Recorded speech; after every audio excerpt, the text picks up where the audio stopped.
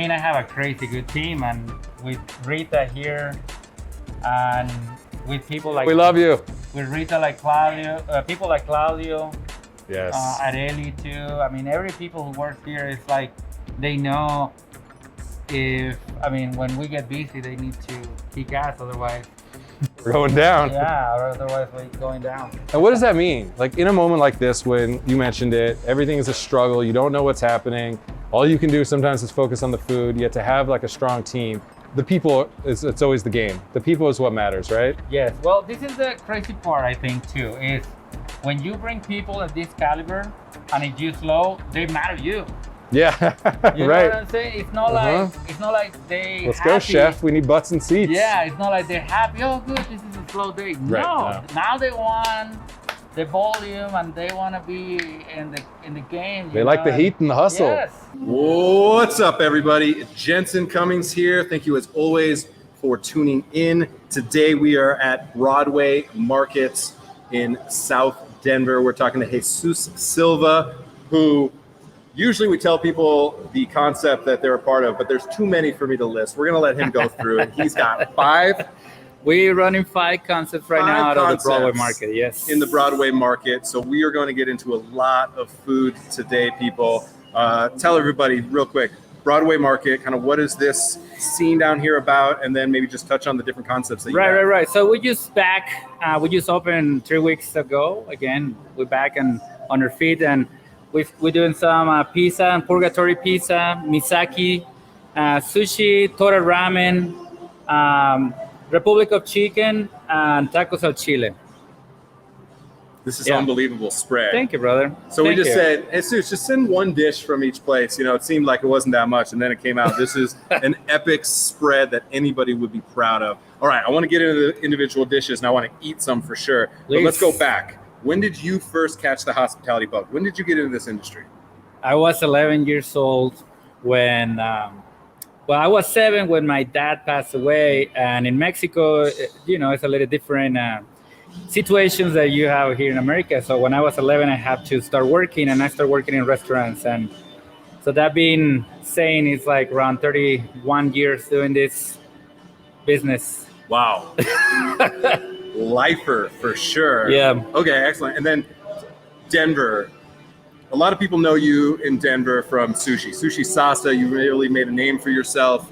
You were there a decade? 8 years. 8 years. I was under Wayne Conwell, who everybody knows. He's a crazy master. Like he's the best on what he's doing. And didn't Morimoto say he was the best American sushi chef in the country?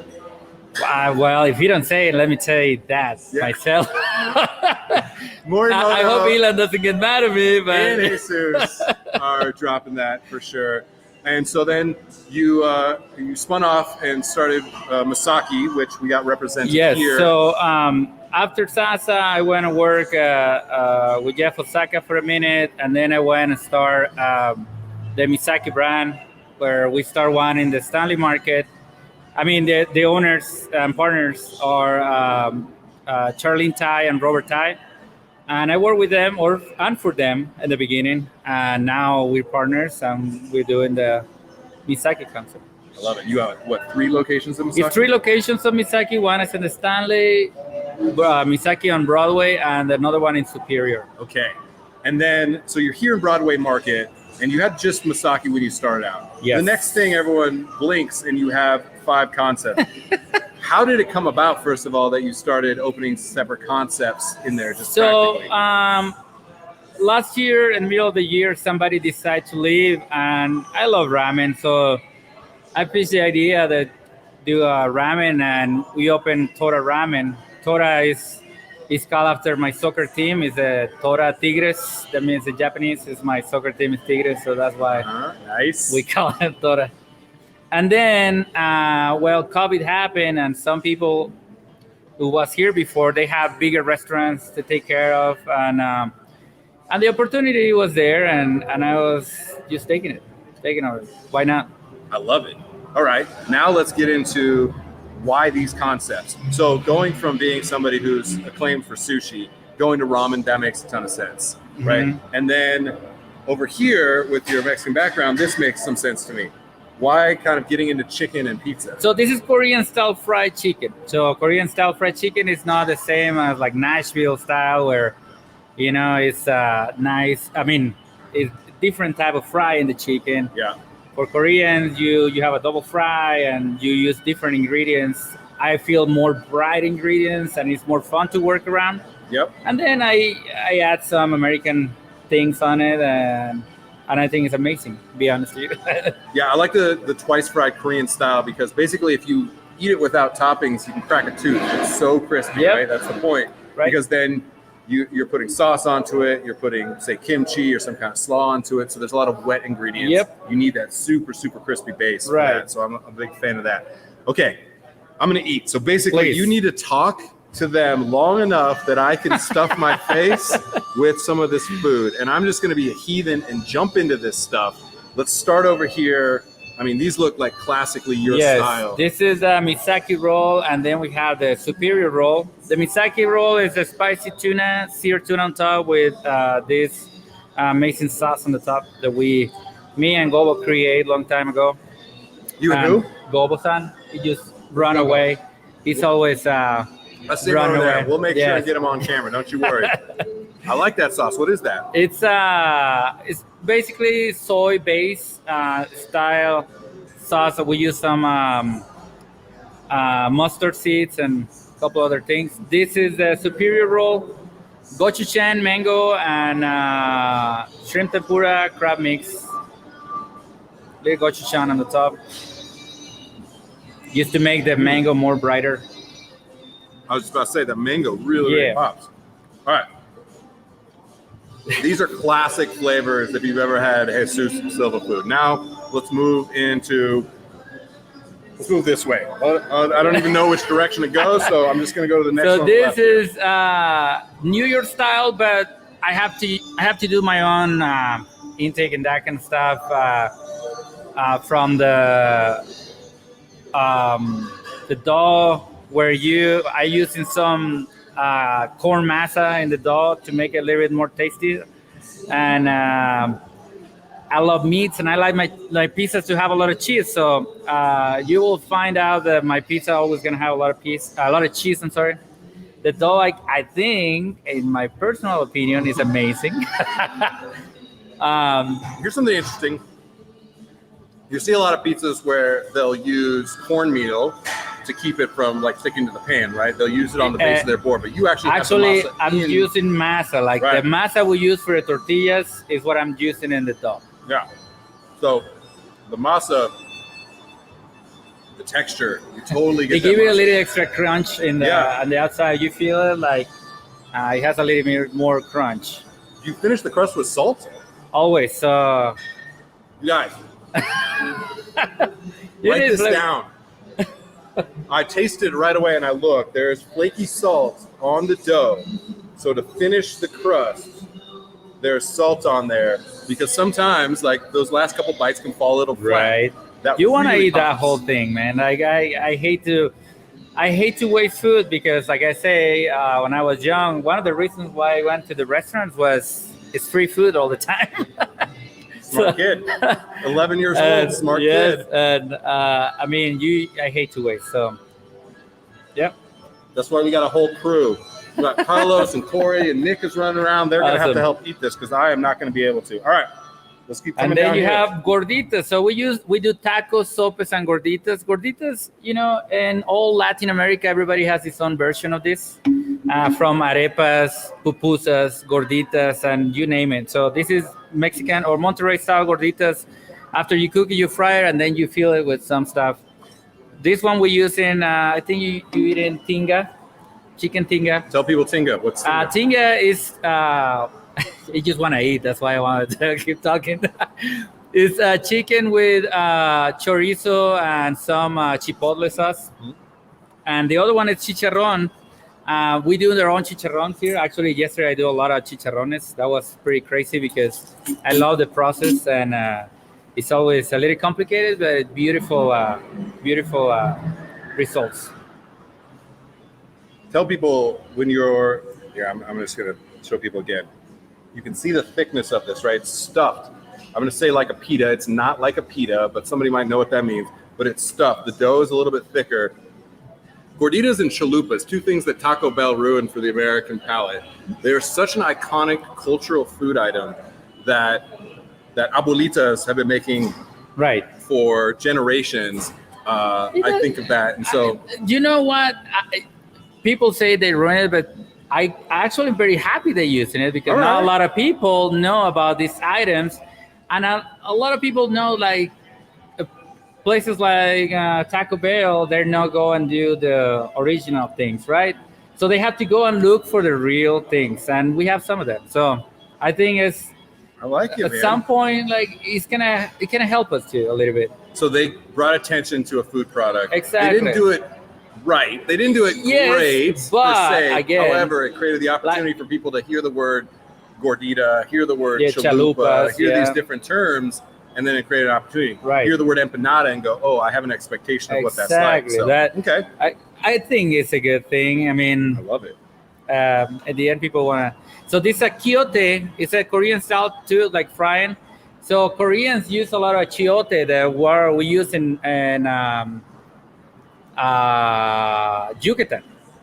So I incorporated too. So in from this, the annatto seed, annatto. And then I make this Korean glaze and do the combination, which is very spicy and a lot of flavor. And so now we need one of those. Corey, grab me a water. The face is gonna be on fire after this one. Yeah. No, that's nice. The heat's super subtle on that. So there's literally no room on this table, dude. Right. Okay. So, wings, classically American dish. You've seen Korean-style fried chicken here, and now the wings. How are people taking these? If they're used to buffalo wings, what are you tasting here that's different? This is, I use more like gochujang and achiote or akiote is a Korean way, and that's what it make it different. I mean, the thing is, Americans think they are the only ones eating wings, but in Mexico and every other culture, we all eat wings. So. Everybody has chickens. Yeah, everybody has eaten the wings. Like Japanese style, you probably see karaage wings, and you're gonna see all this kind of stuff. So what I really like about this is it's complete. When you have a buffalo chicken wing, which I'm a huge fan of, you don't have the level of umami.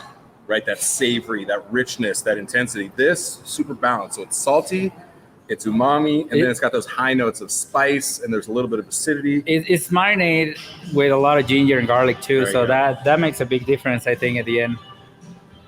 I don't know how I'm gonna eat this guy, but I'm gonna try. All right, so this is also from fried Korean style fried chicken with some gochujang mayo. Tell us again the name of the Korean style concept, the fried chicken. Republic of Chicken.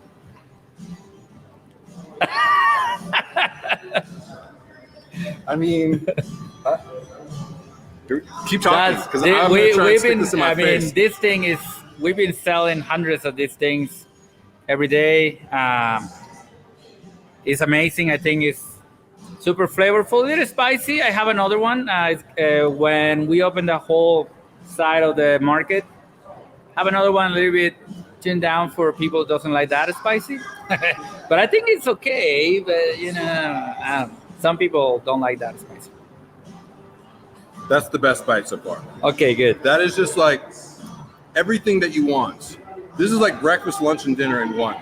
It feels like super familiar. Yeah. Intensely unique. Lots of spice, lots of umami, acidity, the fresh, the crunch. Like the bun didn't fall apart.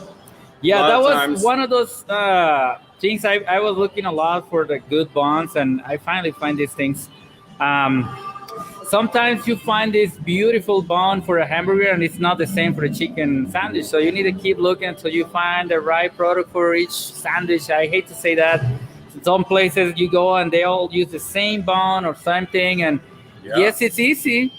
But at the end, it's probably not the right one for what you're looking for, And I want you to eat this as a sandwich till the end of your last bite. So that's why And the combination, the balance of it is really great. It's the right amount of bread. It's the right amount of chicken. It's the right amount of crust on the chicken. It's the right amount of slaw and sauce.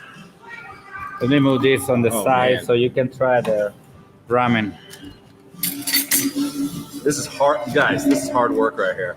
Not actually eating each of these dishes, not eating all of each of these dishes as you go through. That's the hard part. All right. So this is ramen, the spicy ramen. We do this Beautiful. heavy pork broth with some atari goma, which is a sesame seed paste. And the noodles are amazing too. These noodles, I use in this. I know a lot of places like to do their own noodles. I'm not. And I'm going to tell you why. Because I want to make sure if I'm here or not, this ramen always tastes amazing. And one of the problems, and I mean, yes, it's very nice, somebody else doing their own noodles. One of the problems they have is a lot of people doing the noodles. And every time you go in those places, you have a different experience because, I mean, it's just different. And I'm using these super badass noodles from California. Yama-chan is a Japanese-made noodles, so they're amazing. They got all over my face, but they are amazing. You have so much packed in here that the broth is like absorbed into everything. It's like super. It's you eating too slow, brother. That's why. I'm too slow, you guys. Too slow. Talking too much, not eating enough, too slow. Oh man. And then that's the spicy pork. Some tobanjan pork. So it's spicy. My mouth is watering. I'm sorry. I was like, I want this.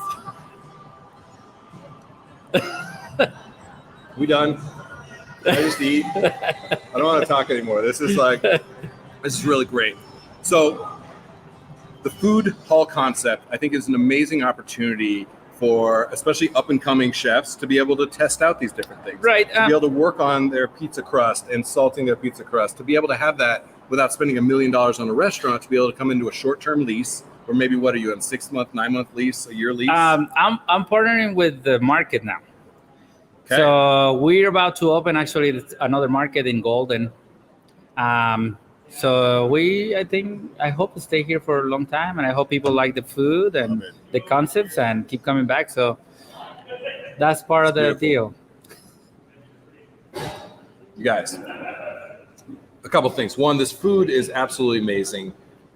Having the opportunity to be able to express yourself in a multitude of ways while having each of the concepts stay really on brand and on concept is super important. Because sometimes you see places where you go to the sushi place and all of a sudden you're getting 3 of these dishes. And it's like, right. If you focus on sushi, you've been able to set that up where you get to play in a bunch of different arenas, which chefs, we like shiny new things. We like being excited about new cuisines or bringing cuisines that we're passionate about to the people. And you do that in a way where each of these concepts is hyper focused on a singular thing. Well, I'm trying to think about what is next after COVID, right? Because it feels like a lot of people stop working right now. You need to find a way to be affordable and at the same time be creative and have something is gonna make you feel good after you eat it and full. Like I don't want to. I mean, steal all your money when you come here. I mean, if you want, come to Misaki, then yeah, I will do it. But you can run up the bill on the sushi for sure. I think you're touching on a lot of different emotions here. Right. Like your own personal history and your love of Japanese cuisine and high level technique. Super simple chicken wings to have, watching a baseball game, and then pizza, Look, which is iconic. It is right? crazy. When I was like 18 years old, I was working in Sesame Street. Is an amusement park in Monterey. It's only 2 in the world, one in Monterey and one is in Pennsylvania, I think, or something. And I made this TV show where we were doing pizza, and I always saying like, "Oh, pizza is so cool." I mean, I was doing pizza for a long time there, but never at this level. It's different, Like in America, and some chefs and some people don't understand this. You have access to a lot of crazy ingredients. So when you back and want to 14 years ago, I was back in Puerto Vallarta running a big restaurant, and all the things you can get access to here, you don't over there. So you have to become more creative than you already are. You're not. You have to become a creative guy. So it's a lot of different in our countries. I mean, we specialize in different things. Like you want to do tacos in Mexico, you want to get anything you want for them. All the chiles, all the tomatoes, all the anything you want, all the corns, blue corn, whatever you want. But then you want to do pizza, and all of a sudden you can find maybe now, different times, right? Like that. What I'm saying is, when I was there was like 14 years ago, but. Do you ever find that chefs have access too many ingredients and we try to put too much on the plate? Well, it is so easy in America. I hate to say that. A lot of chefs get mad at me when I say that, but in America you have this big corporation, they send you whatever you want, right? And in Mexico, you have to go and look for the Italian guy who's selling this ingredient, and then you have to go and look for the Japanese people who sell the rice, and whoever is gonna bring your gelatin or whatever. It's totally different animal. So chefs and guests, be grateful Seriously. for the fact that you can walk into one place and have sushi and chicken wings and pizza and gorditas and ramen, and we have beverages. We can't even get to the beverages, but I really appreciate even bartenders right now are still trying to hustle through COVID, so I appreciate that. Jesus.